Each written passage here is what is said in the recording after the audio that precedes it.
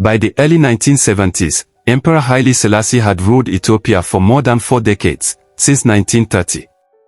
Once celebrated as the modernizer who led Ethiopia into the League of Nations, and stood against Mussolini's Italian invasion. By 1973, his image as the King of Kings was fading. The emperor was now in his 80s, frail, surrounded by flatterers, and largely unaware of the suffering beyond the palace walls.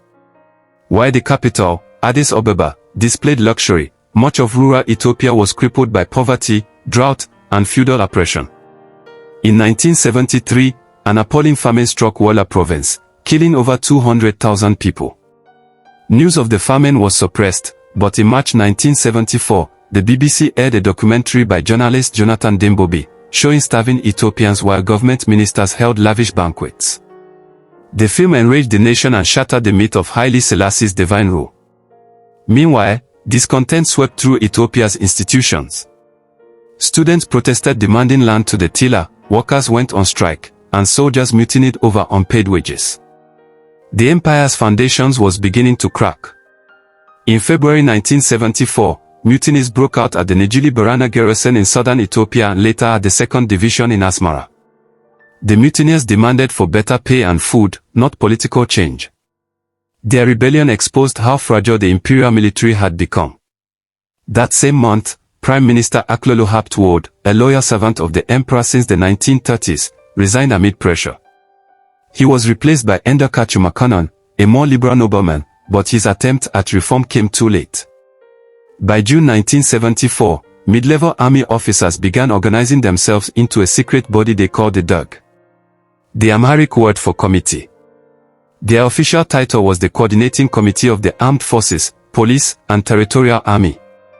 The DUG's early members included Major Mengistu Haile Mariam, 3rd Division, Harera, Major Atnefo Abat, Major Sise Hapt, Captain Mogos Wode Michael, Captain Agos Wode Johannes, Lieutenant Colonel Alemehu Haile, Lieutenant Colonel Asrat Desta, Colonel Daniel Asfo, and many others from different army divisions.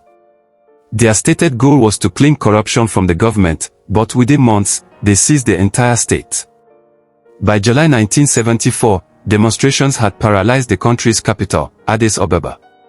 Civil servants, teachers, taxi drivers, and students filled the streets.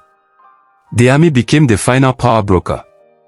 The DUG gradually arrested top imperial officials. On July 22, they arrested Prime Minister Endaka Chumakoen. On August 1, they detained former Prime Minister Aklolo Haptwood. Even members of the royal family were placed under guard. Finally, on September 12, 1974, the DUG made a decisive move. That morning, soldiers surrounded the Jubilee Palace, the emperor's residence. The commander of the guard, Major Mengistu Haile Mariam, and Colonel Daniel Asfo, entered the compound. At about 10 a.m., Haile Selassie, dressed in a grey uniform, was told he was being removed from power. Calmly, he asked, "By whose authority?" The soldiers replied, "By the order of the armed forces." He was escorted to a waiting blue Volkswagen Beetle. Seated in the back seat, he was driven through Addis Ababa streets to the Menelik Palace, where he would remain in prison until his death. By evening, the DUG appeared on the national TV and announced the change of power. They declared, "The Ethiopian people, for the first time in their history, have overthrown a feudal monarch and taken their destiny into their own hands."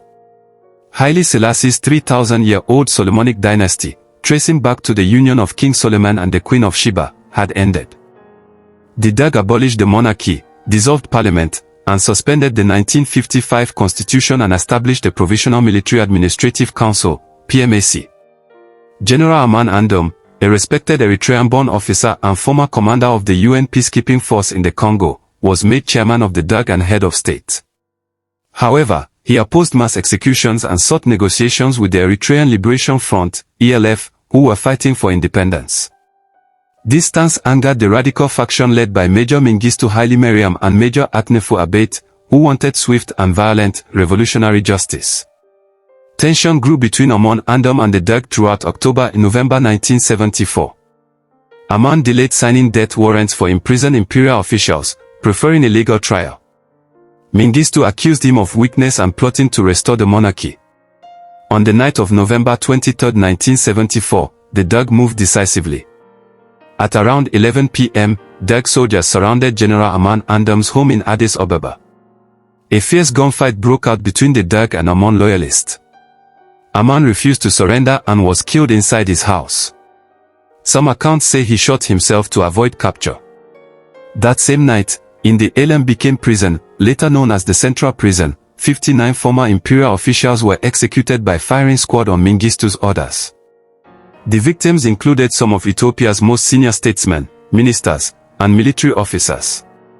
Their names included Aklelo Haptwood, former Prime Minister; Endokachu Makonnen, former Prime Minister; Rasasret Kasa, President of the Crown Council; Lieutenant General Abaya Bebe, Minister of Defense; Lieutenant General Deres Dobel, Chief of Staff; Lieutenant General Kobede Gevre, Governor of Eritrea; Lieutenant General Haile Tekor Himenot, Imperial Guard Commander; Lieutenant General Amon Michael Andom, killed separately that same night; Rear Admiral Iskender Desta, the Emperor's grandson and naval commander; Colonel Tsege Mengesha; Colonel Fekodu Wode Tsodik; Colonel Wandwizen Kasa, the Emperor's nephew; and many others including provincial governors, ministers of justice, and royal advisors. Their bodies were buried in a mass grave behind the prison walls. The next morning, radio broadcast announced that counter-revolutionaries had been punished. The Derg had removed all possible opposition to its rule.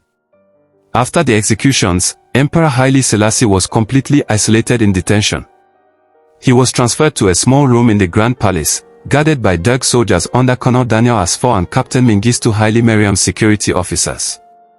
He lived in a bare cell with only a single bed, a table, and a few books. His personal physician, Dr. Asrat Wodais, was arrested and detained. His servants were dismissed. Even his dog, Lulu, was taken away. Visitors were forbidden. Reports suggest that Haile Selassie spent most of his time reading religious texts and praying. He occasionally asked guards about the fate of his family but received no reply. By mid-1975, the Derg was facing growing opposition, and Mengistu feared that the emperor's survival could inspire royalist uprisings. He decided to remove him permanently. In the early hours of Wednesday, August 27, 1975, the old emperor was murdered. The following day, the Derg announced that the emperor had died peacefully in his sleep, after complications from prostate surgery. But multiple later testimonies revealed that Haile Selassie was strangled to death on the direct orders of Mengistu Haile Mariam. One witness, Colonel Alemehu Abebe, later testified that Colonel Daniel Asfor and two soldiers entered the emperor's room around midnight. They forced him onto his bed, held a pillow over his face, and suffocated him. Mengistu himself reportedly watched from the next room. After the murder, Haile Selassie's body was wrapped in a blanket and placed beneath the floor of a small washroom, a disused toilet room in the palace under the command office of the Imperial Guard. The Derg wanted to ensure no grave would ever exist that could become a shrine. For the next 17 years, no one outside the Derg knew where the emperor's remains were buried. In May 1991, the Derg regime collapsed after years of a civil war. Mengistu Haile Mariam fled to Zimbabwe, where he remains in exile. In February 1992, investigators from the new Ethiopian government and the Ethiopian Orthodox Church searched the old Menelik Palace compound. Beneath a lavatory near Mengistu's former office, they discovered bones and clothing fragments consistent with Haile Selassie's burial description. Forensic experts confirmed the remains were those of the emperor. After years of delay and debate, on November 5, 2000, Emperor Haile Selassie was finally given a state funeral at Holy Trinity Cathedral, Addis Ababa, where Empress Menen Asfor and other royal family members were buried. Though the post-Derg government did not officially recognize it as a state event, thousands of Ethiopians, from nobles to Rastafarian followers from Jamaica, attended to pay their last respects. The funeral marked the symbolic end of a dark chapter. The Derg that overthrew Haile Selassie ruled from 1974 to 1991, under Mengistu's brutal dictatorship.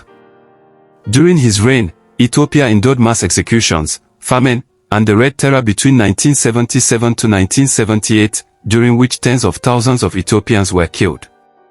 In 2008, the Ethiopian Supreme Court convicted Mengistu Haile Mariam in absentia for genocide and crimes against humanity, sentencing him to death. He remains in protected exile in Harare, Zimbabwe. Emperor Haile Selassie's story, from a divine ruler to humiliated prisoner, from imperial splendor to secret grave beneath a toilet, remains one of the most tragic and symbolic tales in modern African history. He was the last emperor of a 3,000-year-old dynasty, the last king of kings of Ethiopia. His fall marked not just the end of a monarchy, but the end of an era in which divine right was replaced by revolutionary force.